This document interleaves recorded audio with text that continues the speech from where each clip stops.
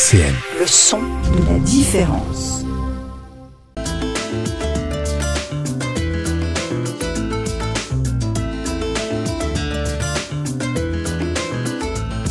Les masques tombent sur RCN. Bonjour à toutes et à tous, vous êtes bien sur RCN 90.7. Bienvenue dans Les Masques tombent, l'émission qui donne la parole à des acteurs du milieu associatif, culturel et économique du Grand Nancy. Alors depuis 4 ans maintenant, en mars ou en avril, l'ailleurs se trouve ici, à Nancy. Depuis 4 ans maintenant, la culture africaine alterne avec la culture orientale pour offrir aux Nancéens et Nancéennes leurs plus belles richesses littéraires. Et depuis 4 ans maintenant, un rendez-vous annuel s'impose comme un événement essentiel dans le paysage culturel de Nancy et du Grand Est.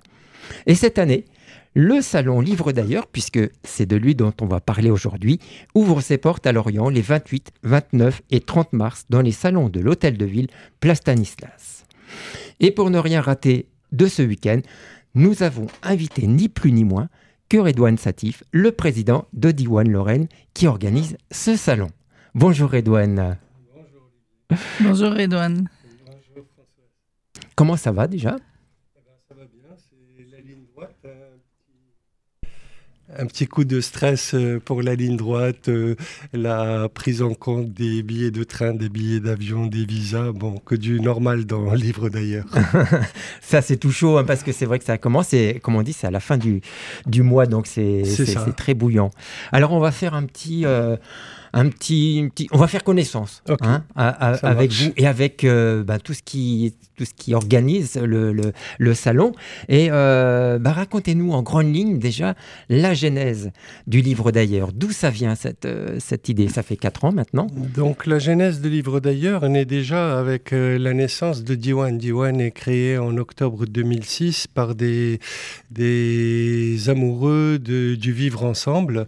Et l'idée c'était de parler de la culture arabo-musulmane parce qu'elle était un petit peu méconnue ici quand elle n'était pas galvaudée. Et puis on avait aussi usé nos fonds de culotte avec nos camarades à l'université. On connaissait nous leur culture, mais eux pas tellement. Donc moi je pouvais... C'est ça, je crois que c'est un mouvement universitaire, voilà, qui venait de l'université, des enseignants universitaires. Non, des amis, mais on a grandi nous à l'université. On a fait nos études, donc j'allais au NJP et tout ça, mais eux ils venaient pas beaucoup avec moi aux concerts orientaux. Donc on s'est décidé pour pouvoir montrer cette culture-là, on s'est appuyé sur des salons qui existaient déjà, les salons musique d'Orient de Voipy depuis 1984, mais ils avaient cessé d'exister en 2003 faute de moyens, et donc on les a repris en 2005. Et d'ailleurs la directrice de la Maison pour tous de Voipy est venue prendre la parole au premier concert de Diwan qui a eu lieu au Conservatoire national de région à Nancy. Puis on a fait des conférences pour donner des clés de lecture sur cette culture-là, alors que ce soit le père de la sociologie qui est Ibn Khaldoun, l'historien qui a fait la différence entre historisme et historicisme, ou Albert Camus, ou Germaine Tillon, ou des poètes. On travaille aussi avec le cinéma, donc le festival du film arabe à Famek et tout ça. Puis de fil en aiguille, un jour, on a fait un premier salon du livre du monde arabe avec nos amis de France-Syrie Entraide, de l'Association des travailleurs maghrébins de France et la MJC Lillebonne. Et à la fin de cette première expérience, il y a eu le Covid, parce que c'était en 2019. Cette année Covid. Voilà. Et puis après le Covid, on a fait un bilan différent. Donc les amis ont continué à faire grandir le salon du livre du monde arabe, et nous avons souhaité avoir un focus plus large et traiter une fois l'Afrique et une fois l'Orient. Et donc on a fait notre première expérience à l'hôtel du département, les 2e et 3e éditions au Palais du gouvernement. Et je voudrais dire à ce sujet que sans la volonté des élus et de l'association, parce que l'un sans l'autre, c'était pas suffisant. On n'aurait pas pu faire cette expérience, et on a été soutenu par des fondations où on a été agréablement surpris qu'elles nous soutiennent. Donc la Fondation Jean Michalski, la Fondation du Crédit Mutuel pour la lecture, les instituts français. Voilà, et de fil en aiguille, on a essayé de professionnaliser un petit peu la partie programmation. Donc elle est traitée à des conseillères littéraires qui font partie de l'Alliance internationale des éditeurs indépendants. C'est 800 maisons d'édition sur 55 pays. Puis nous, on continue à être les bénévoles associatifs pour la partie organisation. Mais pour la partie programmation, il faut prendre des gens qui sont du métier pour apporter aux Lorrains, aux Nancéens, de belles plumes connues dans leur continent, dans leur pays, mais pas assez connues ici. Ça, rien que le lieu d'accueil. L'année dernière, c'était le palais du gouverneur, où je suis allée, c'est déjà magnifique. Bon, il est squatté par autre chose.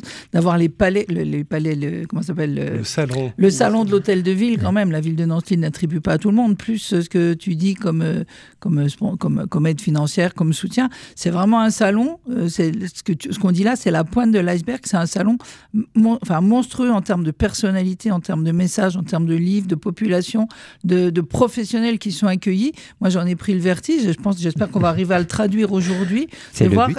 Oui, c'est le but, mais est-ce qu'on va y arriver? De voir la majesté, la grandeur et l'implication, le militantisme de ce salon que j'ai trouvé au travers de la programmation absolument...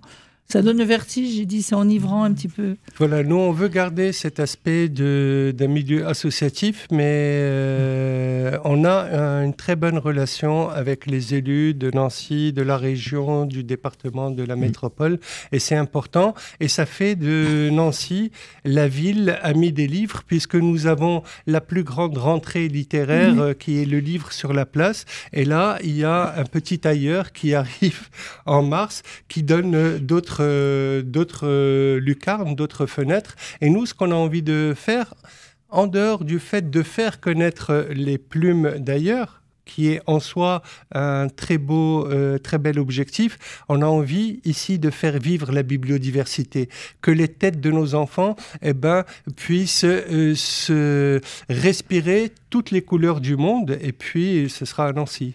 Si on peut redire ce mot de bibliodiversité, la première fois que je l'ai vu, je trouve que ça évoque énormément de choses. J'avoue qu'on l'a piqué à nos amis de l'Alliance internationale des éditeurs indépendants qui se battent, mais il fait sens avec ce qu'on porte comme valeur chez Diwan. Tout à fait. Et c'est possible de dire un mot sur Diwan, parce que ça veut dire quelque chose, Diwan, je crois. Oui, Diwan, ça veut dire quelque chose. En fait, c'est un mot perse qui voulait dire le lieu du pouvoir. C'est de ce nom-là, de cette signification que vient le mot la douane, par exemple, ou même, et donc les Arabes l'ont pris, ça a continué à parler lieu du pouvoir, donc Diwan Malaki, ça veut dire cabinet royal, Diwan Waziri, cabinet ministériel, mais bon, le sultan ou celui qui commandait, il faisait pas que exercer le pouvoir, il avait envie d'écouter de la culture, et donc c'est en référence au mobilier de ce lieu que vient le mot divan, parce qu'on s'asseyait et on écoutait de la musique, de la culture. Nous, c'est ce mot-là et cette signification que l'on prend. Il y a les écoles Diwan en Bretagne qui veulent dire germe, jeune pousse. Et ben nous, on est une germe, une jeune pousse, voilà. Oui. Et en arabe, ça veut dire aussi le recueil de poésie. Donc si je dis Diwan Lamartine, c'est le recueil de poésie de Lamartine. Et donc ça nous va bien. Nous, on aime bien les mots qui voyagent. Oui. Moi, j'adore les mots en général. Et qu'on le tire dans tous les sens, finalement, ce mot-là, il est parfait, quoi. Voilà, il est bien adapté. Tu peux te mettre dedans, il appartient à personne, il t'appartient à partir du moment où tu as envie de partager avec les autres. D-I-W-A-N, c'est ça, hein? C'est ça. En français, parce qu'autrement, je ne sais pas l'écrire. Ouais. Alors, on parlait des conseillères et des bénévoles. Peut-être qu'on peut les citer, les conseillères littéraires. Tout à fait. Donc, on a Elisabeth Deldoul, qui est responsable de la maison d'édition Elisade en Tunisie. La seule maison d'édition pour l'instant à avoir gagné un Goncourt, le Goncourt du premier roman d'Emiliane Malfatto. Et le titre, c'était « Que sur toi se lamente le tigre ». Et c'est la responsable du réseau francophone de l'Alliance internationale des éditeurs indépendants, parce qu'il y a 6 réseaux. Il y a le réseau francophone, le réseau anglophone, le réseau arabophone, le réseau persophone, le réseau lituanien et le réseau hispanophone. Elle est la responsable du réseau francophone. Il y a Kenza Sefrioui, qui est journaliste, critique littéraire et responsable d'une maison d'édition en toutes lettres à Casablanca. Et puis, il y a notre amie Mathilde Chèvre, qui est responsable d'une maison d'édition, Le Port à Jauny, qui travaille beaucoup sur la jeunesse et qui fait de super livres en arabe, en français, mais pas obligatoirement l'un à droite et un à gauche où ils vont se regarder en chien de faïence. Non, tout ça est mélangé. Vous pouvez triturer les livres. C'est vraiment très rigolo et très bien fait. Et puis un mot de la présidente de l'année aussi. Alors la présidente, Soror Kasmaï, donc romancière iranienne, traductrice, elle s'occupe d'une collection de culture afghane et persane chez Actes Sud. Elle a co-dirigé un livre pour lequel on l'invite, et elle a invité des gens qui ont participé, qui s'appelle Femmes, Vie, Liberté. Et Soror Kasmaï a été élue parmi les 100 femmes de culture en 2024. Donc on est très heureux de la voir, voilà, et puis on aura le plaisir de l'écouter. Mais Femmes, Rêve, Liberté, c'est parti d'un événement bien spécifique. C'est parti de l'événement qu'a connu l'Iran avec cette répression vis-à-vis des femmes, ce qui a remis au goût du jour aussi une ancienne lutte des femmes pour prendre leur place, qui ne date pas d'aujourd'hui, mais qui date quelques siècles. Et donc Soror en parlera mieux que moi. Et c'est cette lumière sur le combat des femmes iraniennes et des femmes du monde, mais celui des Iraniennes en particulier sur cette édition, qu'on a souhaité mettre un coup de projecteur. Mais sur l'événement, enfin en le donnant plus précisément, c'est cette jeune fille qui a été arrêtée par la police de Téhéran et qui est morte sous les coups. Voilà. Et je ne sais toujours pas. Alors évidemment, il y a une indignation nationale. Je ne sais pas s'il y a eu des condamnations derrière. Non, je n'ai pas suivi aussi l'affaire, mais par exemple, le livre d'ailleurs nous permettrait de demander à des gens qui sont beaucoup plus impliqués, beaucoup plus en adhérence avec leur société d'origine que nous le sommes nous. Donc nous, on fait le lien. Très bien, alors avant de passer à la pause musicale, parce que le temps passe vite, et de voir le programme du livre, Redouane, dans l'introduction du programme, vous comparez l'organisation du festival à une frêle embarcation sur une tempête. Alors comment ça... C'est difficile d'organiser ce genre d'événement. Cette image m'est venue parce que quand on est sur le départ, on est tout heureux, puis on prépare son embarcation, mais quand vous êtes sur la mer, il y a des gros grains à essuyer, et des fois il faut prendre, éculer, enlever de l'eau, et puis garder le sourire. Donc ça a été dur, on a été soutenu, on a tenu, mais le festival est un projet énorme qui a suscité beaucoup d'attentes et qui pèse sur de frêles épaules d'une petite association. Donc là, on essaye de travailler sur nos outils. On essaye, si on a un peu de sous, d'externaliser certaines tâches pour qu'elles ne pèsent pas sur nos adhérents et tout ça. Et puis, on fait un grand appel à tous les amoureux du livre, à tous les bénévoles qui veulent se joindre à nous, partager un moment. On a besoin d'abord de votre chaleur, puis aussi de vos bras et puis de votre présence surtout. Donc voilà, c'est comme ça qu'on fonctionne. Et il y a des gens qui viennent de manière bénévole vers nous. Et il y a aussi beaucoup d'étudiants qui demandent soit des stages service civique, soit en tant que stagiaires. Et ça, on est en train de mettre en place une organisation qui nous permette de fonctionner correctement sans que ça coûte énormément non plus. Alors ça, je le demande généralement en fin d'émission, mais comme on en parle, comment on vous contacte? Comment on contacte Diwan? On trouve où Diwan? Donc Diwan, on a le site, il y a le site Diwan, donc www.diwanenlorraine.net. On a aussi un site livre d'ailleurs. On a souhaité faire un livre spécifique pour que les gens puissent voir ce qu'on fait, qu'on puisse mettre nos vidéos, les interviews avec les auteurs là, dans le livre d'ailleurs. Et puis on a 2 pages Facebook, l'une la page de Diwan et l'autre la page de Facebook. Sinon, on a distribué pas mal de livrets et tout ça, et dans les livrets, il y a nos sites ou nos contacts. Oui, il y a des magnifiques marque-tapages, là, moi j'adore ça. Les marque-tapages. Moi j'appelle ça des marque-tapages. Pour marquer ta page, quoi. Oui, c'est ça. C'est très bien. De toute façon, on remettra aussi les coordonnées sur les réseaux sociaux. C'est une petite pause musicale. On va se faire une petite pause musicale. Alors, c'est toujours en lien avec le salon, puisqu'on va écouter un morceau qui s'appelle Kavouras et de Michalis. Alors, je vais peut-être écorcher le nom. Kalogerakis. Ah, bah c'est bien, vous le dites mieux que moi. Voilà, donc ils sont deux frères, Michael et Pantelis, qu'on reçoit avec une poétesse palestinienne, Carole Sansour, qui a traduit une poète décédée grecque, qui était une personne qui avait fait énormément de choses, du cinéma, de la poésie, on aurait pu dire une première slameuse. Elle a beaucoup le quartier anarchiste d'Athènes se réfère beaucoup à Katharina Gogou, et on va faire une conférence le 18 mars à la médiathèque Jules Verne de Vendeuvre à 18h30 pour dire qui est Katharina Gogou. Et ça, on le fera avec la maison franco-hellénique. Et le 20, on aura une belle interprétation poésie et musique au Centre culturel André Malraux. Très bien. Ben, on va écouter Kavouras. RCN, les masques tombent. Alors, bonjour tout le monde. Donc, après la présentation un peu générale, on va parler de la programmation et notamment de l'ouverture. Moi, qui m'a l'air quand même très importante comme un événement, le 27 mars. Oui, tout à fait. Donc, on a souhaité faire un focus sur Israël-Palestine et en appelant deux grands historiens, donc Ilan Pappé, qui est professeur à l'université Exeter en Angleterre, qui a parlé depuis le début du nettoyage ethnique, et Ilyas Sambar, qui est historien palestinien, poète, a traduit le poète Mahmoud Darwish, ancien ambassadeur de la Palestine à l'UNESCO.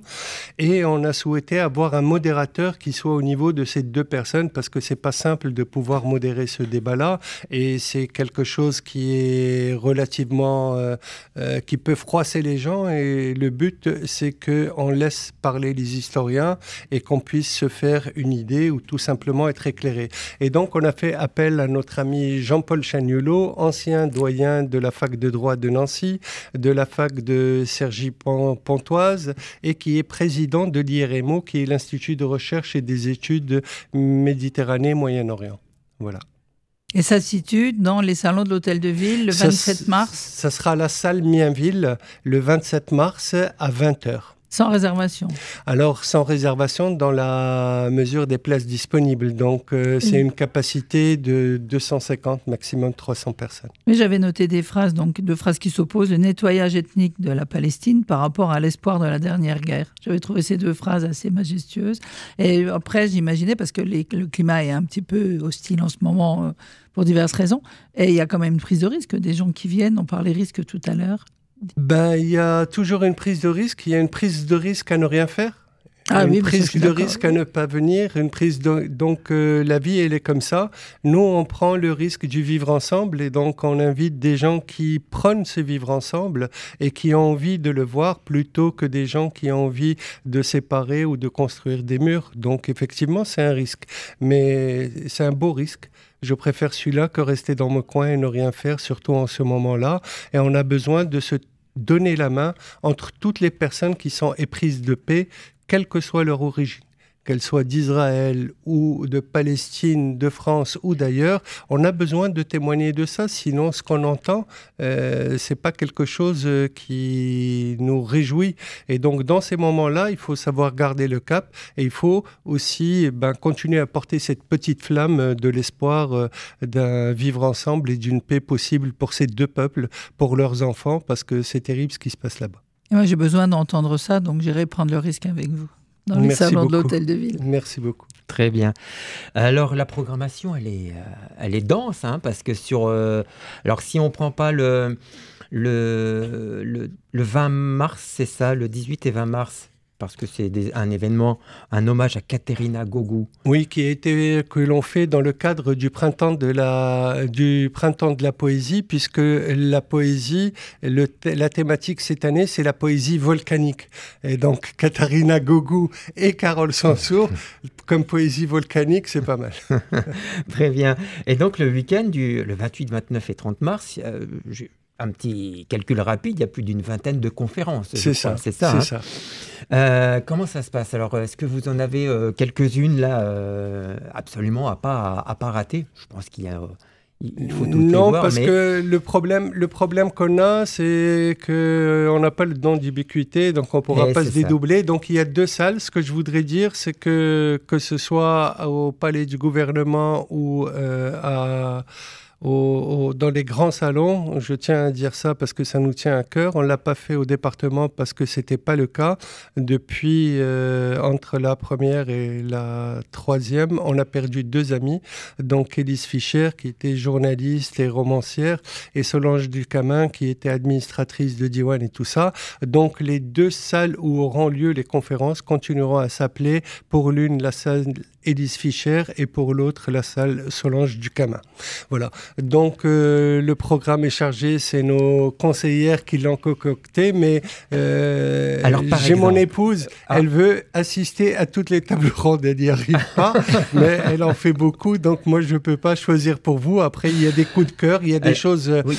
Par exemple, le fait de recevoir Ilan Pappé avec Elias Sambar, ils ne se sont jamais rencontrés, ils se connaissent, ils s'estiment et tout ça, c'est quelque chose de très important. Il y a des performances de poètes qui vont venir, donc justement, là, on en attend un, j'espère qu'il aura son visa, il vient d'Irak, il était déjà venu 3 fois en France, notamment au Festival Passage, il s'appelle Kadem Khanjar. Khanjar, ça veut dire le couteau, et c'est quelqu'un qui va lire la poésie sur les champs de mines, sur les champs de guerre, et tout ça, et qui est un extraordinaire performeur, et il va être avec Nahir Kartika, qui est aussi une performeuse indienne, et donc c'est ces mélanges-là qui vont créer quelque chose. On est en train aussi d'essayer de concocter un récital de poésie le samedi à 20h à la MJC Lillebonne, donc on a une réunion demain pour en parler avec le directeur de la MJC, Elisabeth Ekenza, donc vous voyez, je vous fais rentrer avec nous dans les cuisines, mais c'est comme ça, c'est un peu artisanal, mais on aime ça. Quand je vois la qualité des invités, je trouve que il faut pas rater ça, quoi. C'est ça, non mais on voit l'enthousiasme que vous avez, Redouane, c'est contagieux. Presque, parce que franchement... Et puis l'engagement de toutes les personnes qui viennent, quoi, parce que quels que soient les livres, j'ai regardé là, donc j'ai fait une espèce de synthèse, des nationalités invitées, donc Iran, Irak, Bosnie, Syriens, Palestiniens, Arméniens, Indiens, Tunisiens, Libanais, Grecs, Turcs, Japon, Syrie, Afghanistan, Chinois, Géorgiens, Croates, il y en a beaucoup qui sont exilés. Pour parler, il y a des romans, des témoignages, des polars, de la poésie, des essais, on parle de vin, mais l'histoire du vin en Perse, c'est pas rien apparemment. J'ai appris ça, j'aime bien moi. Mais entre autres, voilà. Ça met un peu de légèreté, de la bande dessinée, de la littérature jeunesse. Et alors, pour des thèmes qui sont quand même plutôt violents, plutôt rudes, engagés, on a dit pas forcément militants, source d'espoir. On parle d'oppression, de guerre, de police des mœurs, de fatalité. Il y en a un qui dit c'est comme ça, et l'autre qui dit et si il se passait ça, de violence faites aux femmes, faites aux enfants sous différents... Voilà, d'exil, de minorité. C'est riche, c'est engagé, c'est puissant. C'est bouleversant. Moi, ça m'a bouleversé rien que la programmation. Mais les gens qui viennent, par exemple, sur la dernière édition, les auteurs africains, ils ne s'étaient pas rencontrés ailleurs, ils se rencontrent ici. Pourquoi ? Parce qu'on n'a pas choisi la simplicité. Nous, on a choisi la richesse. Parce que la simplicité, il aurait fallu faire une ère francophone. On ne fait pas une ère francophone. Quand on traite l'Afrique, c'est l'ensemble de l'Afrique. Quand on traite l'Orient, donc il faut les traductions en anglais, en persan, en lituanien et tout ça. Et donc, ils n'ont pas l'habitude de se rencontrer. Quand ils se sont rencontrés à Nancy, Nancy leur paraît maintenant comme un petit havre où ils viennent se rencontrer. Et c'est important pour nous et pour l'image de Nancy. Effectivement, en fonction des trajectoires et des vies des uns et des autres, elles ne sont pas simples, elles sont difficiles. Ça fait partie de la littérature aussi. Et donc, en dehors des tables rondes, il y a des interventions en milieu scolaire. Il y en a une vingtaine dans la maison d'arrêt de Nancy et de Metz, avec des associations. L'association AVEC à Vendeuvre, l'association Lecturique et Kaléidoscope dans le quartier La Californie à Jarville. Donc, la maison franco-hellénique, on essaye que ce soit un festival et le salon est un des moments du festival. Alors donc, si on veut Si les gens qui nous écoutent veulent aller se renseigner sur telle ou telle conférence, ils ont quoi? Donc il y a ce petit livret là qu'on peut trouver chez les commerçants de Nancy, c'est ça? Alors le livret, on l'a mis dans toutes les bibliothèques, à l'office de tourisme, dans les MJC et puis chez tous les commerçants qui veulent bien nous le prendre. Donc on a nos bénévoles qui font le tour de Nancy et donc soit des livrets, soit des affiches, soit des marque-pages en fonction, parce qu'on a utilisé le marque-page comme un support de communication. Ah oui. Toutes les dates y sont, les horaires y sont et les lieux y sont. Et pour nous, c'est une manière de communiquer et aussi de garder un petit souvenir. Tu peux nous dire succinctement ce que ça représente, le logo?